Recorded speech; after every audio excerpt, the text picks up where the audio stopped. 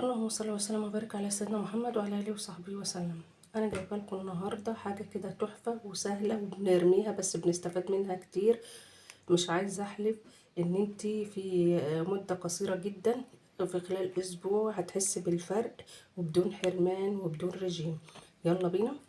السلام عليكم ورحمة الله وبركاته. ازيكم يا احلى متابعين في منوعات ام محمد الرفاع، وجزاكم الله عنا كل خير. اللهم صل وسلم وبارك على سيدنا محمد وعلى اله وصحبه وسلم، في الاولين وفي الاخرين وفي الملأ الاعلى الى يوم الدين. وصلى عليه يا ربنا في كل وقت وحين.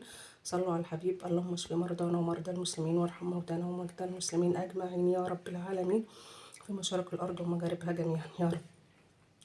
النهارده زي ما قلت لكم في المقدمه ان انا جايبه لكم حاجه بسيطه جدا وحاجه بنرميها بس تحفه وسبحان الله.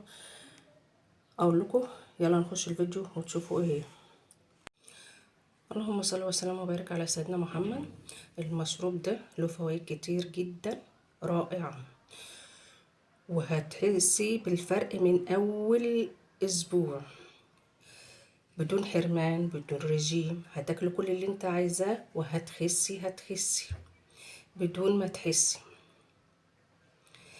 زي ما قلت لكم قبل كده في الفيديو اللي قبل كده اللي هو بتاع قشور البرتقال، هنعمل منه شاي. انا هنا عملت منه، جففته وغليت المية وحطيتها عليه وتنقعي فيها لمدة 10 دقايق ربع ساعة، هيديكي نفس اللون ده كده. هتعملي ايه؟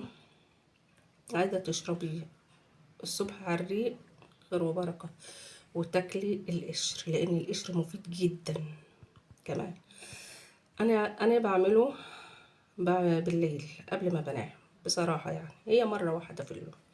في التانية انا كنت بشرب منه عصير الصبح وباكل القشر لما كان في سفندي، لكن ما فيش سفندي فانا جففت القشر وفاض عندي وبقيت اعمل منه الشاي ده. رهيب جدا. الشاي ده بيعمل ايه بقى؟ بيخلص الجسم من السموم الموجودة فيه، بينظف الكبد، بينشط، بيديكي نشاط وطاقة وحيوية، بيقوم البرد وبيرفع المناعة وبيعمل على زيادة قوة الجسم والذاكرة. ده كله في الشاي اللي معمول من قشر السفندي. زي ما قلت لكم هتعملي زي الشاي الكشري العادي، هتغلي المية وتحطيه فيها وتسيبيه 10 دقايق ربع ساعة وبعد كده تشربيه. حلو الكلام، حلو الكلام. اللهم صل وسلم وبارك على سيدنا محمد وعلى اله وصحبه وسلم. انا زي ما قلت لكم قبل كده هعمل لكم شاي من قشور السفندي. انا جففت قشور السفندي وبستعملها بعد ما السفندي اللي عندي خلص، يعني مش معقول كل يوم هروح اجيب سفندي عشان اخد القشر. فانا القشور اللي فاتت جففتها وبعمل منه الشاي وبشربه. زي ما قلت لك، عايزه تشربيه الصبح مره، عايزه تشربيه بعد كل وجبه مره، بس افضل هي مره واحده في اليوم لان فعلا بتجيب نتيجه هايله جدا. سبحان الله، والله يعتبر اختراع وحياة ربنا. سبحان الله، يعني كنز من الكنوز ربنا خلقها لنا. ومن اول اسبوع هتشوف الفرق في جسمك، في انك هتخسي مقاسات، مش هتخسي يعني هتخسي دهون. زي قلت لكم ان القشر السفندي بيذوب الدهون اللي في الجسم، وهتشوف الفرق ده من اول اسبوع. قشر السفندي انا لقيت منه لما كنت ببحث عنه وصفتين، انا ما جربتهمش بصراحة. انا جربت الشاي وجربت قشر سفندي اكله كده، لكن تجفيفه في وصفة من ان انت ممكن تعمليه، تطحنيه ومع ربع معلقة قرفة مطحونة ومعلقة عسل نحل كبيرة، هتعجنوهم مع بعض وتاخديه على الريق. شوف الطريقة اللي انت تحبيها بقى، دي زي ما قلتلك بتعمل حاجات كتير في الجسم. زي ما قلت بيرفع المناعة، بيطرد السموم من الجسم، بيقوي الذاكرة، بيديك نشاط، بيديك قوة يعني، ومقاومة للبرد. سبحان الله، حاجات كتير جدا. ديت الوصفة الأولى. الوصفة التانية ان انت تطحنيه برضك ومع معلقة قشور الرمان، معلقة من قشور الرمان تطحنيها ده بيساعد على القضاء على جرثومة المعدة. اللي عندها جرثومة المعدة تتعمل معلقة مطحون قشر السفندي مع معلقة مطحون قشر الرمان، وتاخديهم برضو في كوباية مية سخنة، أو اللهم صل على سيدنا محمد. المهم تاخديها بأي طريقة انت عايزاها، على كوباية حليب، على كوباية بتاع اللي انت عايزاه، على كوباية مية سخنة. على فكرة ان الشاي باخده من غير سكر، من غير سكر، انا بقول لكم. فده بيقضي على جرثومة المعدة، وبيعالج أمراض القولون العصبي وتقرحات المعدة. يعني مفيش أحسن من كده، وحاجة ببلاش وحاجة بنرميها، وحاجة ببلاش وحاجة بنرميها، لها فوائد كتير عظيمة. وزي ما قلت لكم وهكررها تاني، هتخسي من دون حرمان، من دون ما تحسي انك بتخسي، ومن أول أسبوع. أنا مش عايزة أحلف، جربوا وهتشاهدوا. يعني حاجة بسيطة وبتترمي، جربيها مش هتخسري حاجة. لما تاخدي اما تيجي تاكلي سفندي، اغسلي السفندية كويس، كلي القشر وبعدين كلي السفندية، وخلاص على كده. عايزة تجففيه وتعمليه زي ما قلتلك منه شاي برضو للتخسيس، حلو جدا. انا بعمله كده اهو، ومن غير سكر من غير حاجة. بروح جايه شاربة المية واكله قشر السفندي برضو، والله تحفة تحفة تحفة تحفة. ويعتبر اختراع وحصري على اليوتيوب، محدش عمله قبل كده ولا حد اكتشفه. وعايزه اقول لك والله لو شركات الادويه اكتشفت قشر السفندي ده، اللي هتعمل لكم منه برشام غالي جدا، هيقول لك للتخسيس، وهو من قشر السفندي.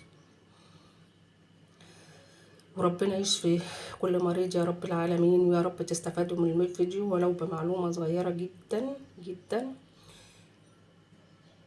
وجزاكم الله عنا كل خير.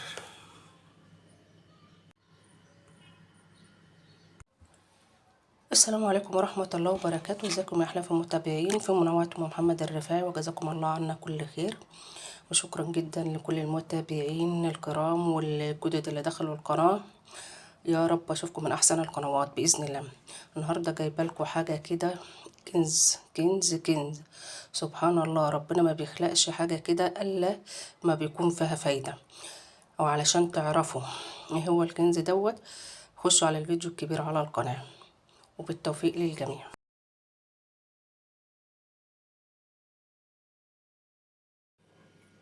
اللهم صل وسلم وبارك على سيدنا محمد وعلى اله وصحبه وسلم. اهو قشر السفندي لما غليته وقلت لكم هنقعه من بالليل للصبح، اهو نقعته. وهنا خدت منه صفيته اللي هنعمل بيه وصفتنا الاولى ان شاء الله، واقول لكم هنعمل بايه دلوقتي. وديت هنعمل بيه وصفه تانية خالص، وهتكون رائعه جدا، وخليكم معايا. اللهم صل وسلم وبارك على سيدنا محمد وعلى اله وصحبه وسلم. دي الوصفه التانية بتاعتنا. ضربت القشر السفندي اللي انا كنت سلقاه في الميه بتاعته، وشوفوه عامل ازاي. هو طعمه ممكن كتير ما يحبوش، بس زي ما بيقولوا كده الضرورات تبيح المحظورات، وزي ما قلنا حاجه ببلاش كده، فلازم هنشربه ادم ببلاش، وزي ما بيقولوا ببلاش كتر منه. العصير دي الايه بقى، لو هتقدري تشربيها الصبح على الريق يا سلام، تبقى خير وبركه، هتسدي نفسك على طول طول النهار. ليه؟ لان احنا قلنا قشر السفندي او السفندي وقشر السفندي في نسبة كبيرة جدا من المية ومن الالياف اللي بتعمل على التخسيس. وايه كمان وبتحرق الدهون المتراكمة في الجسم. وايه كمان وبتتخلص من السموم الموجودة في الجسم، وبتنظف الكبد، وبترفع المناعة، وبتزيد من النشاط والطاقة، ومقاومة جدا للبرد. ده كله فين؟ في قشر السفندي. شفتوا سبحان الله، يعني حاجة كده ببلاش ببلاش، وكنا بنرميها. وكمان بيقضي على الخلايا السرطانية في الجسم وبيمنع نموها. ده في ايه؟ في قشر السفندي. بس اهم حاجة له ان هو التخسيس. انا عاملة المشروب ده للتخسيس، يعني المناطق اللي فيها دهون ومش قادرة ان انت تخسي تخسسيها باي طريقة، قشر السفندي ان شاء الله هيقدرك عليها والدهون اللي فيها. لو شربتي كوب منها الصبح وكوب بالليل قبل ما تنامي، مش هتقدري يبقى هو كوب واحد. مش هتقدري تشربيه عصير كده مضروب في الخلاط، قلنا بشوري قشر السفندي على السلطة. اللهم صل على سيدنا محمد. لو هتعرفي تاكليه كده قشر السفندي تاكليه كليه. المهم ان انت تاكلي قشر السفندي وبس. لو عايزه تخسي كلي قشر سفندي، يعني ما شاء الله بتجيب نتيجه هايله جدا وفي وقت قياسي، وحاجه ببلاش كده زي ما بيقولوا، مش هندفع فيها فلوس ولا هنخسر فيها حاجه. وزي ما قلت لكم فوائد قشر السفندي، ولسه هنعمل منه حاجات تانية برضو في قشر السفندي، بس زي ما قلت لكم للتخسيس. ويا رب الوصفة تعجبكم وتستفيدوا منها ولو بحاجة، وحاجة مش هتكلفنا حاجة. زميلنا منها التونر اللي انتوا بتشتروه من بره غالي، ريحة جميلة. وهنا عملنا منها عصير للتخسيس. ويا رب تستفيدوا من الفيديو وتطلعوا منه ولو معلومة صغيرة. ولو استفدتوا منه من الفيديو ما تحرمناش من اللايك بتاعكم والاشتراك في القناة.